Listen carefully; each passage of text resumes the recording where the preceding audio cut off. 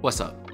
This is John from John Bets for Photography, and a question I get all the time is should you buy an XT3 or an XT4? With us coming up on 2021, that's actually a great question to go over and something I've already talked about with reasons why to upgrade and why not to upgrade to the XT4.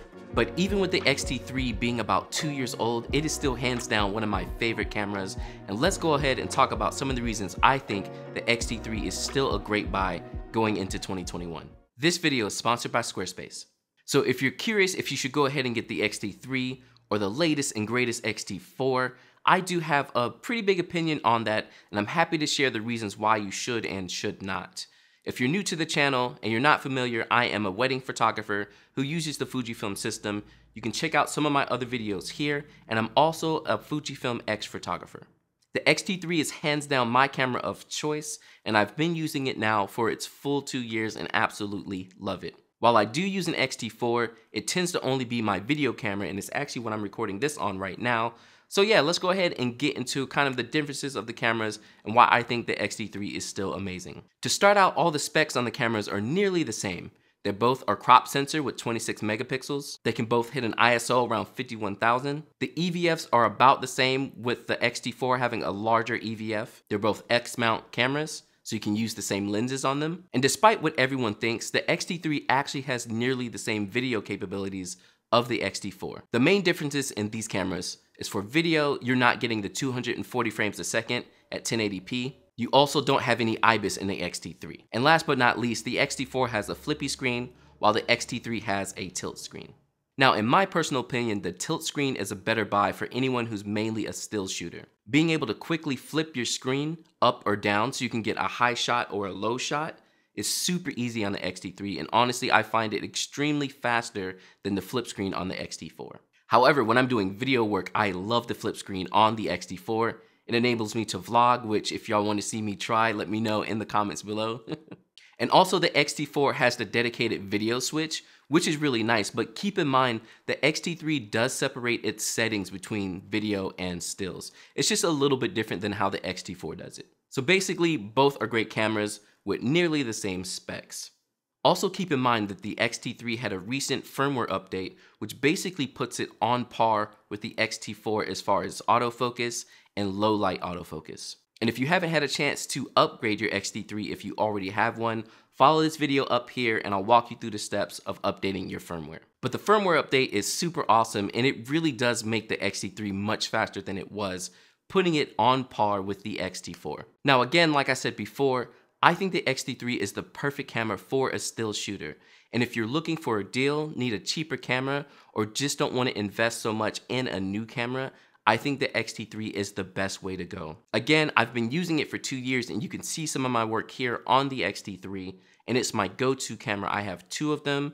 I also use the grips with them, so I have additional batteries. And yes, the XT4 has a much better battery, and when I say much better, it's ridiculous. I usually come with 1 battery and don't need to change it in a full session. But the XT3 with the battery grips is great. All I need is 2 extra batteries in each of my cameras, and I can run a full wedding day. So again, while the battery is better in the XT4, you can get by with the XT3 battery. And I've talked about it before, but IBIS is not as huge of a feature for a still shooter.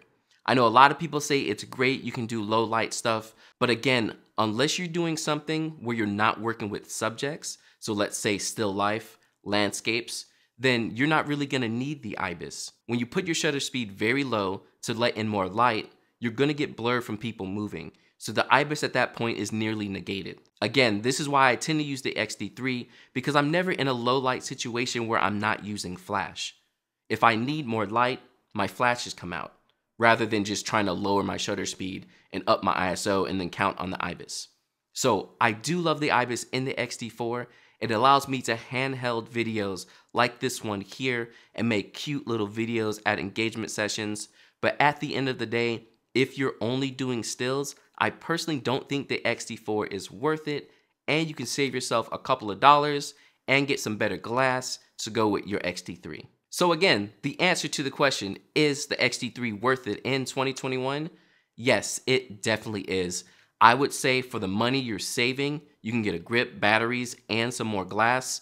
definitely get yourself an XT3 and don't let anyone tell you that you need to get the latest and greatest, because at the end of the day, a camera is just a tool and how you use it is what's gonna matter. So what do you all think with the XT3 versus the XT4? Let me know in the comments below which one you use or which one you're thinking about using. Again, I have both, but I mainly use the XT3 for all of my photo shoots and the XT4 for my video stuff. And since again, we're always talking about photos, don't forget to check out this video sponsor, Squarespace.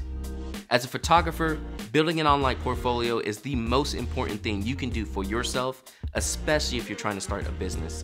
And the easiest way to do that is with Squarespace. They have templates set up for photographers which help you display your photos in a nice, beautiful setting without having to do too much work on your end. So you can throw together a website real quick, get it online with domains also managed by Squarespace, and get people on your site and looking at your work. Outside of hosting your website and your domain, they have other great features as well, like commerce, analytics, and so much more.